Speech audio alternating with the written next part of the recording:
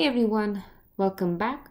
So in this video, we shall start with the next chapter, that's chapter 6, which deals with functions of random variables. So basically in this chapter, you'll be given a random variable or maybe a couple of random variables, and the goal is to find the distribution of their functions. So there are a couple of methods to do this, and one such method is called as the method of distribution functions. So typically, if you want to find distribution of a variable y, of a function of variable y, and this y is continuous, then you may use this method. So this method is typically used for y's that are continuous or y's that have continuous distributions. So the first step is you want to find the distribution for u. So this is y is the original variable. Y is the original variable and u is some kind of function of y. So you can be, I don't know, 2y plus 1, u squared,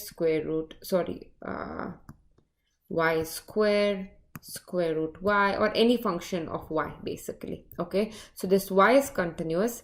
So to find the distribution of u, we first find the the CDF of u, right, or the cumulative distribution function, and is denoted by this. So f of u means this is the CDF of u and this is the argument u. So we first find the CDF and then we find the density of this u by differentiating the CDF. So we have already seen a couple of examples of this kind before, right? You find the CDF of this variable u and then you take its derivative to obtain the density.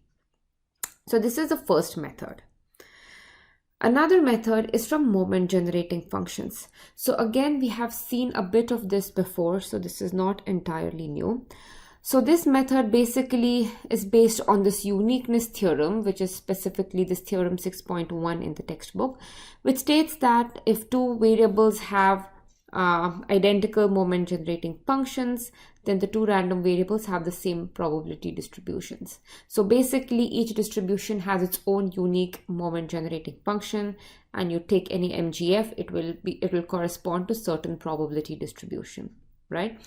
So the idea here is that we first find the moment generating function of u, and then we see if this moment generating function looks similar to that of, say, the uniform, normal, Poisson, any of the ones that we have studied, right? So we find the MGF of u and we compare it with the moment generating functions of common, discrete, and continuous random variables.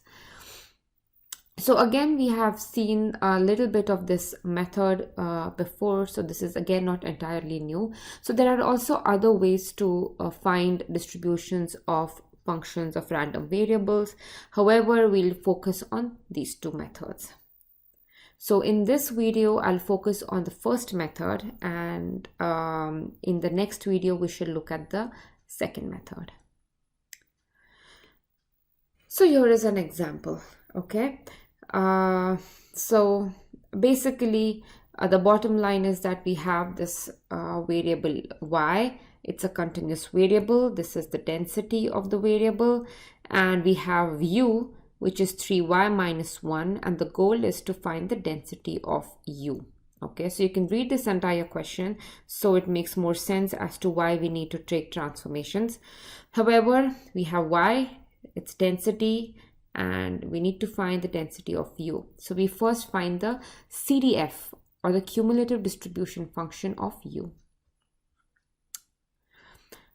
So f of u at u is basically probability that u is less than equal to u, right? This is just the definition of the CDF, but u is equal to 3y minus 1, and this is the same as saying y is less than u plus 1 by 3. Now, if you look at this density, right? So this density is defined for only y taking values between 0 and 1, right? So if this u plus 1 by 3 is less than 0, then the CDF at that point is going to be 0, right? So if u plus 1 by 3, or equivalently, u is less than 1, then probability that y is less than equal to u plus 1 by 3 is going to be 0, right? Because the density lives only between 0 and 1. And similarly, if y is great, so here, right, so if u plus 1 by 3 is greater than 1, right, if this is greater than 1, then the probability that y is less than equal to this guy is going to be equal to 1, right? Why is that? So density lives between 0 and 1, and we know that f of a, this is the CDF of y, is going to be equal to 1 if a is greater than equal to 1, right? So so basically this argument is greater than 1, then f at that point, right, if a is greater than equal to 1, f of a is equal to 1. So instead of a, we have u plus 1 by 3 here. So if u plus 1 by 3 is greater than 1, or equivalently u is greater than 2, then the CDF at that point is equal to 1. So the question is, what happens in between, right? What happens if u plus 1 by 3 is between 0 and 1? That's the next case.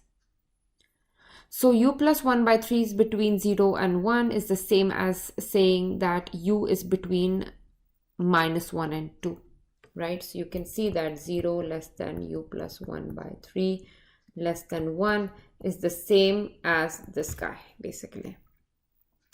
So now if u takes values in this interval, then probability that y is less than this number is basically this, right? You integrate the density of y from 0 to u plus 1 by 3. And this density and this integral is straightforward enough, and this is the form that you get. So again, pay attention to all of these steps. Make sure that you're able to solve them on your own. So I'm just going to summarize the density, the distribution function of u, right? So we got that if u is less than minus 1, f of u is 0. If u is between minus 1 and 2, it has this form, and greater than 1, then it is 1. So this is the CDF of u. And in the next step, we take the derivative to get the density. So the derivative is the density, which is basically this guy. So remember, if your derivative of a constant is 0, right? So if, the density is going to be u plus 2 by 9 times u plus 1 if u is between 1 and 2 and 0 everywhere else.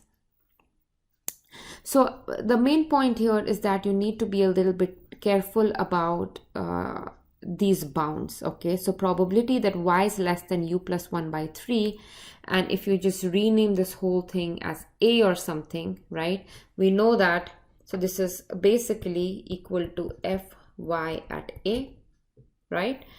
Fy at a, and for any fy at a is 0 if a is less than 0, and we need to calculate this amount. It's going to be 1 if a is greater than equal to 1, right? Because the density of y is only between 0 and 1.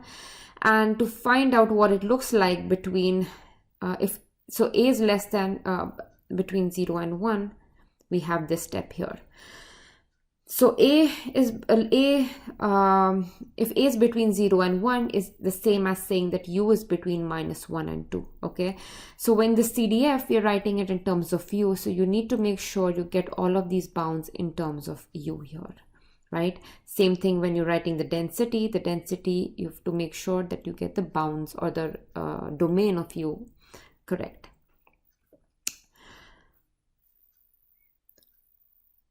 So in this example, we have two variables, y1 and y2. Their joint density is given, and we need to find the density of y1 minus y2.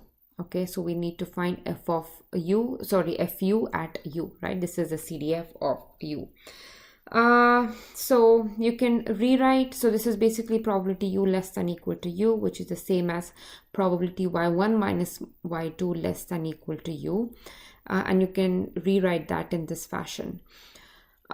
So before I explore the bounds, so when in this example has two variables, so therefore when you to find probability of any region, you'll integrate the the density over that region, right? So, and that integration will involve two integrals. So we need to find the bounds for y1 and y2. Before we do that, let's just explore what are the possible values this u can take, okay? So basically probability that y1 minus y2 less than equal to, so let's see, what if u is negative, right? U cannot be negative, or let's say, suppose u is minus 1, this is going to be 0 because y1 is greater than y2, and therefore y1 minus y2 cannot be a negative number. So, so basically, this f of u at u is going to be 0 if u is less than 0. Okay. Similarly, what happens if u is greater than 1? So you can see that y1 and y2 are taking values between 0 and 1. So I looked at the first option. So my first thing that I saw is what happens if u is less than 0. Now we'll see what happens if u is greater than 1.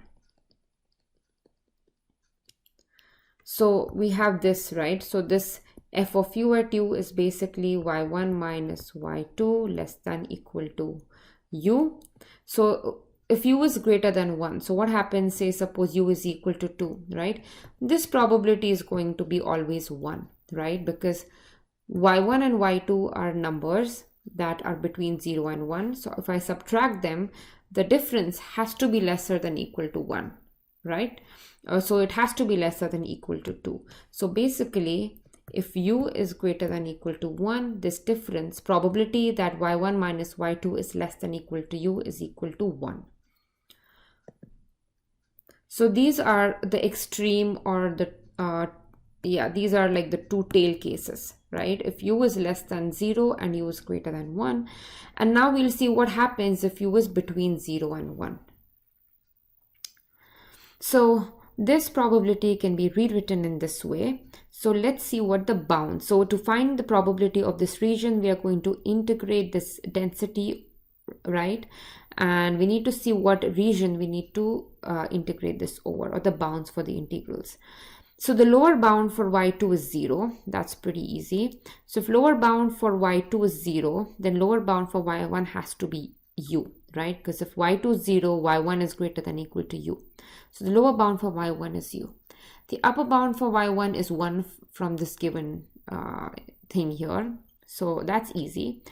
If the upper bound for y1 is 1, then the upper bound, so y2 is going to be less than equal to y1 minus u. So the upper bound for y2 is going to be y1 minus u. So now we have all of the regions, right? So probability of this region is basically, you're going to do this integration, and you'll see that it has this particular form. So you can, putting all of this together, this is the distribution function of u. And if you take the derivative, you get this. Remember, derivative of 1 is 0, derivative of 0 is 0. So therefore, the density has this form in this region, and 0 everywhere else.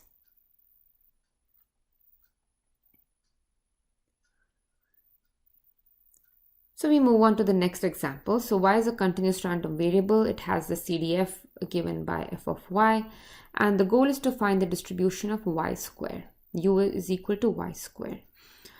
So let's see. So if u is less than 0, right, that's not possible. So if u is less than 0, f of u at u is the same as saying probability that u is less than, I think maybe this should have been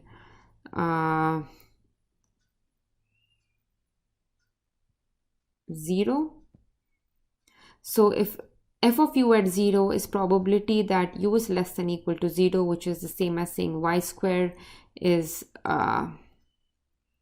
less than equal to 0, and this is not possible, right? So probability that, so this basically implies that y has to be equal to 0, and probability right? So y cannot take negative values. So the only possibility is that y is 0. And because y is continuous, probability that it takes a single specific value is equal to 0. Therefore, you get this. So, so basically, f of u at u is equal to 0 if u is less than equal to 0. So the question is, what happens if u is greater than 0? So that's the case we'll study here. So f of u at u, and now u is greater than 0, right? So it's the same as saying probability that u is less than equal to u, y squared less than equal to u. Is the same as saying that y is between plus minus square root of u, okay? And then you can, so this is equal to this, right? So this is the expression for the CDF of u, and for density we need to take the derivative of this, right? So remember the chain rule, derivative of square root of u is 1 by 2 square root of u. Derivative of the CDF, you get the density at square root of u. And then the same thing here as well, right?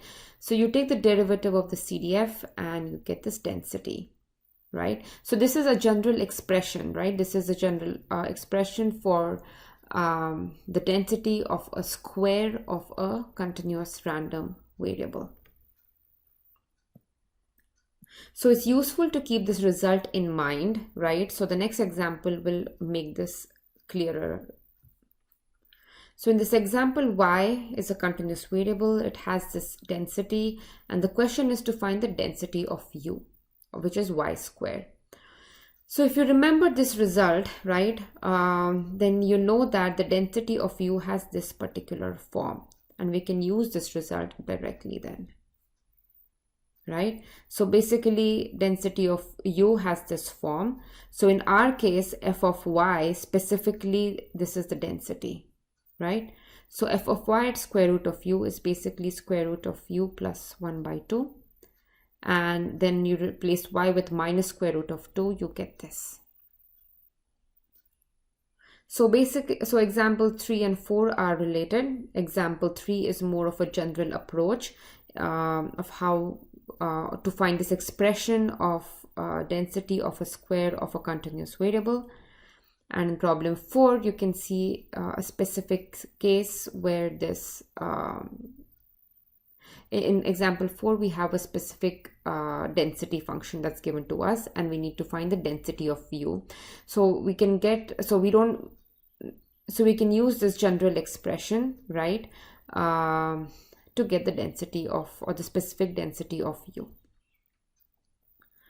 So that's all in this video. In the next video, we shall see the moment generating function way to find the distribution of transformations. Make sure you solve all of these problems on your own and you understand every step, as well as remember to do the practice problems following this. Bye.